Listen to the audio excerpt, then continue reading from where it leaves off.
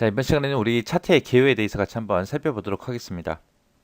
자, 차트다라고 하게 되면 우리가 워크시트에서 작성한 데이터 있죠. 그 데이터를 막대가 됐든 선이 됐든 도형이 됐든 그림이 됐든 이런 것들을 사용해서 시각적으로 그렇게 표현한 거를 보고 우리가 차트라고 하죠. 이런 차트를 보게 되면 우리가 데이터가 어떻게 변하는지 그 추세가 됐든 유형이 됐든 이런 것들을 쉽고 직관적으로 이해할 수 있을 뿐만 아니라 많은 양의 데이터를 간결하게 그렇게 요약해서 우리가 볼 수 있는 거죠. 우리가 이런 차트를 만들기 위해서는 원본 데이터가 반드시 있어야죠. 데이터가 없으면 차트를 못 만들죠. 그리고 원본 데이터가 우리가 바뀌게 되면 자동으로 차트도 모양이 같이 변합니다. 그래서 우리가 만드는 차트에는 2차원 차트가 있고 3차원 차트로 그렇게 구분할 수 있고요. 우리가 차트를 현재 워크시트에도 만들 수 있지만 차트를 별도로, 차트만 별도로 표시할 수 있는 그런 차트 시트로도 만들 수가 있어요. 엑셀에서 제공해주는 기본 차트는 묶은 세로막대형 차트예요. 기본 차트가 묶은 세로막대형인데 모양을 우리가 다른 모양으로 변경해서도 사용할 수 있습니다. 그래서 묶은 세로막대형만 쓰는 게 아니라 뭐 가로막대형이 됐든 뭐 꺾은 선이 됐든 원형이 됐든 도녀형이 됐든 여러 가지 차트 모양으로 우리가 바꿀 수가 있어요. 우리가 차트를 만들 때 이제 데이터를 범위를 먼저 지정하잖아요. 범위 지정하고 나서 키보드에서 F11번 이 키를 누르게 되면 별도의 시트에 차트 시트가 기본 차트 작성이 돼요. 해서 묶은 세로막대형으로 차트 시트가 생기면서 그곳에 이제 차트가 나타납니다. 그 다음에 Alt하고 F1번을 만약에 누르게 되면 그때는 이제 현재 워크시트 있죠. 현재 워크시트의 기본 차트, 묶은 세로막대형 차트가 작성이 돼요. 해서 F11번 눌렀을 때 그리고 Alt F1번을 눌렀을 때 이 차이 기억하셔야 돼요. 얘랑 똑같이 묶은 세로막대형으로 차트가 만들어지는데 F11번은 차트 시트로 따로 만들어지고 Alt하고 F1번은 현재 워크시트, 데이터가 있는 곳에 워크시트의 기본 차트가 만들어진다. 이렇게 해서 이제 차트 개요에 대해서 알아봤는데 여기서 이제 특징들 잘 기억하시고 지나가시기 바랍니다. 자, 첫 번째 이제 차트 영역이요. 차트 영역이다 그러면은 이 전체를 보고 얘기해요. 지금 여기 겉에 보면 네모 테두리 쳐져 있죠. 이 전체 영역을 보고 우리가 차트 영역이라고 하고요. 이 배경이 지금 흰색으로 되어 있지만 여기다가 이제 우리가 그림이라든지 배경 무늬 같은 것도 우리가 집어넣을 수 있습니다. 그리고 이 차트 영역에서 마우스 오른쪽 버튼 누르고 차트 영역 서식에 들어가게 되면 차트의 구성 요소 전체에 대해서 이제 서식을 한꺼번에 싹 다 변경할 수 있어요. 그게 이제 차트 영역이요.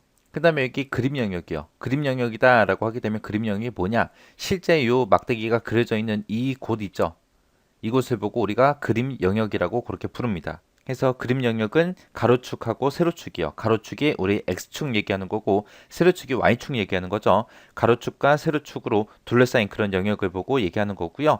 이곳에서도 마찬가지로 차트 영역처럼 그림이 됐든 배경 무늬 같은 것도 우리가 집어넣어서 사용할 수 있습니다. 그 다음에 맨 위에 여기 차트 제목이요. 차트 제목이다 그럼 말 그대로 차트에 제목을 표시하는 곳이 차트 제목이 있고요. 그 다음에 여기 보게 되면 눈금선이라고 있습니다. 눈금선은 가로축과 세로축의 눈금을 그림 영역까지 전부 다 연장한 그런 선을 보고 눈금선이라 그래요.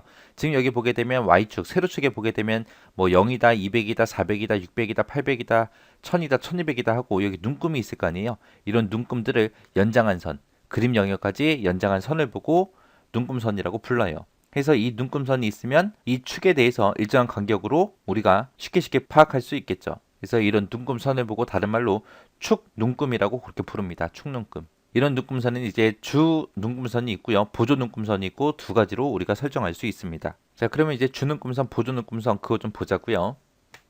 자, 이 차트를 봤을 때 여기 보니까 뭐 0원이다, 5,000원이다, 그 다음에 만원이다, 15,000원, 2만원, 25,000원 하고 있죠. 여기 중간에 보니까 점선 있죠. 중간중간에 2만원에도 점선이 있고요. 15,000원에도 점선이 있고 만원에도 점선이 있습니다. 이런 점선을 보고 우리가 주 눈금선이라고 부르는 거고요. 그 안에 보게 되면 2만원하고 25,000원 사이에 보게 되면 또 그 사이에 눈금이 쭉 있습니다. 얘를 보고 보조 눈금선이라고 그렇게 부르는 거예요. 그리고 지금 이 차트 같은 경우에 차트 영역에 제가 그림, 배경을 집어넣어놨죠. 이런 식으로 해서 그림이 됐든 배경 무늬가 됐든 그런 것도 삽입할 수 있고요. 지금 이 그림 영역에서도 보게 되면 흰색이 아니라 다른 걸로 지정돼 있잖아요. 이런 식으로 그림 영역도 따로 별도로 우리가 그림이 됐든 배경 무늬가 됐든 그런 것들을 삽입할 수 있다는 겁니다. 그 다음에 여기 세로축이요. 세로축 값이다 라고 하게 되면 데이터 계열을 포함한 이런 수치들이 나타나는 곳을 보고 우리가 세로축이라고 그렇게 부르고요. 여기가 이제 가로축이요. 가로 항목축. 자, 여기는 이제 이런 항목들의 이름, 사람들의 이름이 됐든 항목들의 이름 같은 것들이 나타나는 곳이 가로축입니다. 그 다음에 요게 보게 되면 X축하고 Y축하고 만나는 곳 있죠. 여기를 보고 우리가 교점이라 그래요. 교점. 여기를 보고 우리가 0이라고 하죠. 여기가 200 밑에가 0이죠. 그래서 이 자리가 0이요. 가로축과 세로축이 만나는 곳. 이곳을 보고 우리는 교점이라고 부르더라.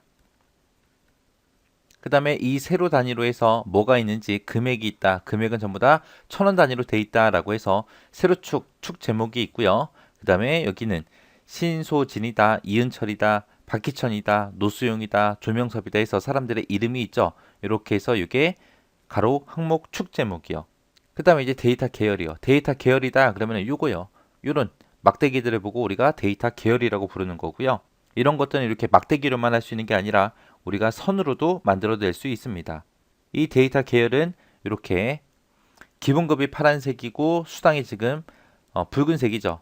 이런 식으로 해서 각각 다른 색이나 다른 무늬 같은 것들로 우리가 지정을 해줄 수가 있어요. 그 다음에 무슨 색이 뭐다 무슨 색이 뭐다 하고 이 부분에 이런 것들이 있죠.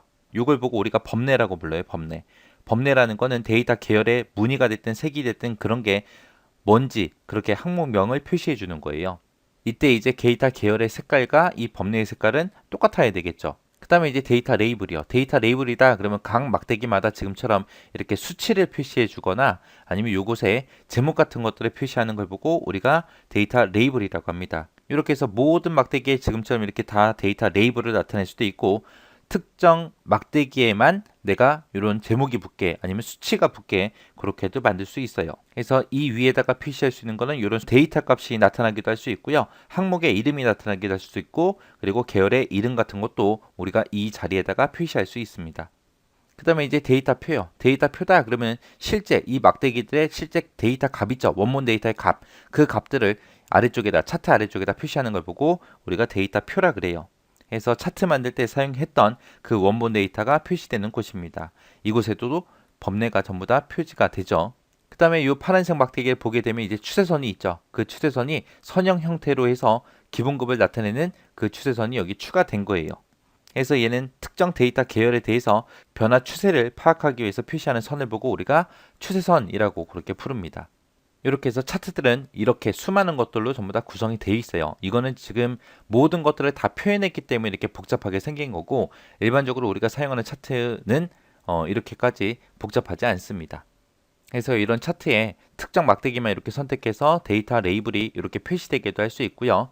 차트를 만들어 놓고 이게 어떤 게 인기가 있는지 그런 것도 우리가 이런 도형 같은 것도 추가시켜서 우리가 차트에다가 집어넣을 수도 있어요. 그리고 지금 이 아래쪽을 보고 우리는 이것을 보고 우리가 가로축이라고 부르고요. 이곳이 이제 세로축이요. 그리고 이쪽에도 축이 하나 더 있죠. 이 축을 보고 우리가 보조 세로축이라고 합니다. 자, 이런 것도 있구나라고 그렇게 기억하시면 돼요. 지금 방금 이제 설명한 내용들이 지금처럼 이렇게 전부 다 작성돼 있어요. 그리고 그 다음 장에 넘어가도 이렇게 있습니다. 해서 차트 구성 요소에 어떤 것들이 있는지 그리고 그 구성 요소들마다 특징들이 있죠. 그런 것도 여러분들이 구분할 수 있어야 돼요. 우리 차트 그림 있죠. 그 차트 그림을 보고 뭐가 뭔지 먼저 기억 좀 하세요. 기억하시고 그것들이 각각의 항목들이 어떤 역할을 하는지 그걸 정확하게 알고 계셔야 됩니다. 차트 문제는 무조건 나와요. 차트 문제는 안 나온 적이 단 한 번도 없습니다. 무조건 나오니까 꼭 기억하시고요. 이 차트 만드는 것도 나중에 실기시험에 가면 무조건 나와요. 시험 문제에서 이런 항목들의 이름들을 써요. 뭐 데이터 계열을 어떻게 해라, 데이터 레이블을 어떻게 해라, 범례를 어떻게 해라, 추세선을 표시해라, 표시하지 마라 그런 식으로 나오거든요. 나오니까 이런 항목들 이름은 당연히 알고 있어야 되는 거예요. 그래서 필기 공부할 때 잘 준비해 놓으시면 시기 가서 그만큼 편하게 공부할 수 있습니다. 그러니까 차트 무조건 나오는 거니까 꼭 기억하시고 잘 정리하고 지나가시기 바랍니다.